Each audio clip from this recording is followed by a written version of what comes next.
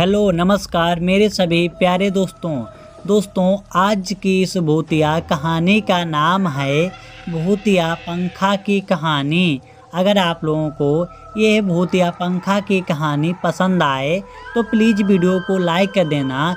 जो भी भाई बहन चैनल पर पहली बार आए हैं तो हमारे इस चैनल को भी सब्सक्राइब कर लेना। चलिए दोस्तों चलते हैं कहानी की तरफ।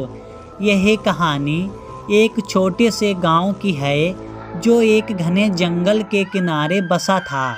गांव के लोग बहुत ही शांतिपूर्ण जीवन जीते थे, लेकिन एक दिन अचानक एक अजीब घटना घटी जिसने गांव वालों की नींद उड़ा दी। गांव में एक पुरानी हवेली का मालिक था जिसका नाम ठाकुर रघुनाथ था। वह बहुत ही अमीर और प्रभावशाली आदमी था, लेकिन उसकी हवेली में अजीब सी शांति और वीरानी छाई रहती थी।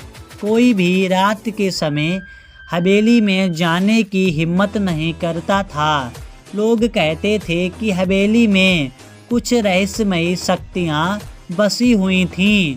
रघुनाथ ठाकुर ने अपनी हवेली में एक पुराना पंखा लगाया था जो बहुत ही भारी और सुंदर था। यह पंखा उसे एक दूर के रिश्तेदार से विरासत में मिला था और वह उसे बहुत प्यार करता था। लेकिन एक रात कुछ अजीब हुआ।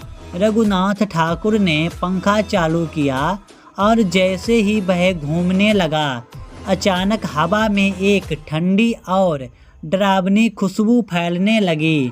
पंखा खुद ब खुद तेजी से घूमने लगा और हवेली में एक अजीब सी आवाज़ सुनाई देने लगी, जैसे किसी ने चीखने की कोशिश की हो। अगले दिन से ही हवेली में रहे नौकरों और कर्मचारियों ने बताया कि रात के समय पंखे की आवाज़ सुनाई देती थी और पंखा बिना किसी कारण के घूमता रहता था।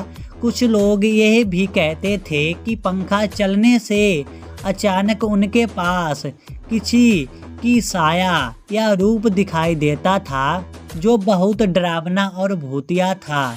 गांव वाले कहते थे कि पंखा किसी आत्मा का बंधन था जो ठाकुर रघुनाथ के परिवार के किसी सदस्य के कारण वह फंसी हुई थी। एक दिन गांव के एक बुजुर्ग व्यक्ति ने बताया कि यह पंखा पहले एक राजा की हवेली में था और राजा की मौत के बाद उसकी आत्मा इसी पंखे में फंसी थी। वह आत्मा हमेशा पंखे के माध्यम से अपना बदला लेना चाहती थी।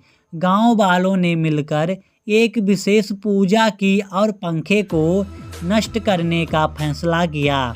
जैसे ही उन्होंने पंखे को तोड़ा, पंखा अचानक बंद हो गया और हवेली में गहरी शांति छा गई। रात को फिर कोई अजीब आवाज़ नहीं आई। इसके बाद से गांव में उस हवेली के पास कोई भी नहीं जाता था और पंखे का रहस्य हमेशा के लिए ही हल हो गया था।